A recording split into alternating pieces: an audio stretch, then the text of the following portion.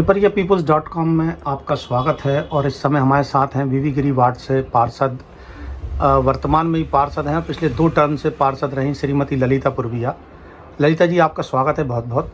और धन्यवाद। कुछ सवाल, आप तीसरी बार चुनाव लड़ रही हैं जी। और इसके पहले आप महिला मोर्चा की जिलाध्यक्ष भी रहीं और सब कुछ रहीं, और विधायक सांसद की टिकट की भी दावेदार आप हो सकती थी, लेकिन पार्षद का ही चुनाव क्यों?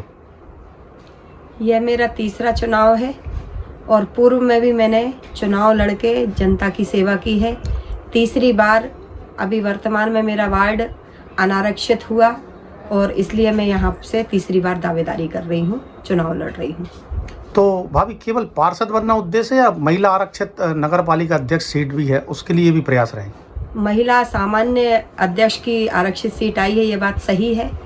और क्योंकि सरकार द्वारा पार्षद ही अध्यक्ष चुनेंगे और मैं एक सामान्य महिला हूँ, इस हेतु मैं यहाँ से चुनाव लड़ रही हूँ पार्षद का। अगर मुझे संगठन आदेश करेगा तो मैं नगर पालिका अध्यक्ष के लिए भी चुनाव लड़ूंगी। आप पिछले 10 साल से पार्षद हैं, अब फिर से पार्षद रह रही हैं। क्या काम आपने किए हैं और क्या काम छूट गए हैं जिनको आप आगे करेंगे?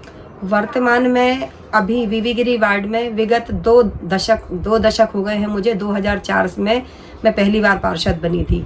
इस हिसाब से मैं लगभग 19 वर्षों से यहाँ से जुड़ी हूँ और यहाँ पर लगभग सारे काम रोड और नाली के हो चुके हैं।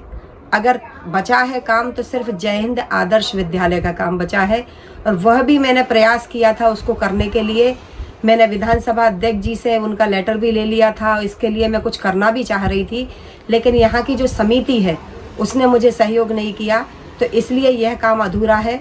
और मेरा सपना है कि आने वाले समय में मैं आदर्श जय हिंद आदर्श विद्यालय का काम भी पूरा करूं।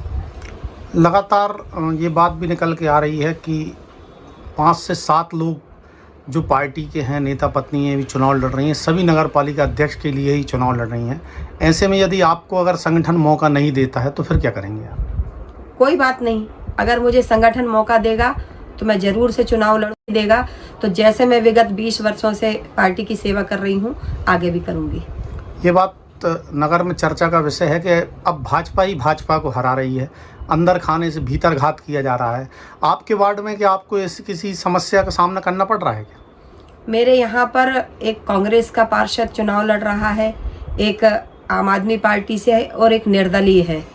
तो ये तो पार्टी का विषय है और क्योंकि निर्दलीय का कोई दल नहीं होता है तो इसलिए अब वो अपना काम कर रहे हैं, मैं अपना काम कर रही हूँ। जो निर्दलीय पार्षद प्रत्याशी है वो कहीं ना कहीं भाजपा परिवार से जुड़ा, आरएसएस परिवार से जुड़ा है।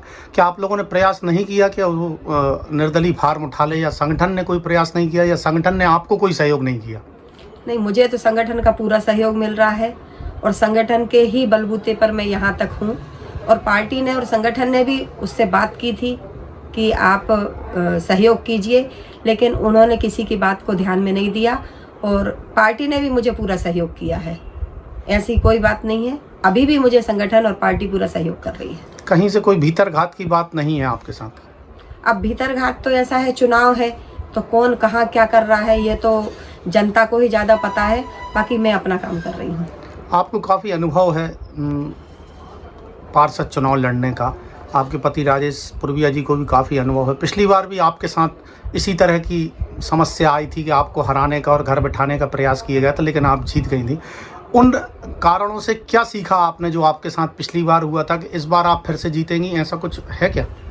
भैया, सबसे अच्छी बात यह है कि कोई कितना भी प्रयास कर ले, लेकिन मेरे मतदाता, मेरा वोटर जो है वो मेरे साथ है और मेरा वोटर मेरे लिए पूरा समर्पित है और मैं अपने मतदाता के लिए पूरी तरह समर्पित हूँ।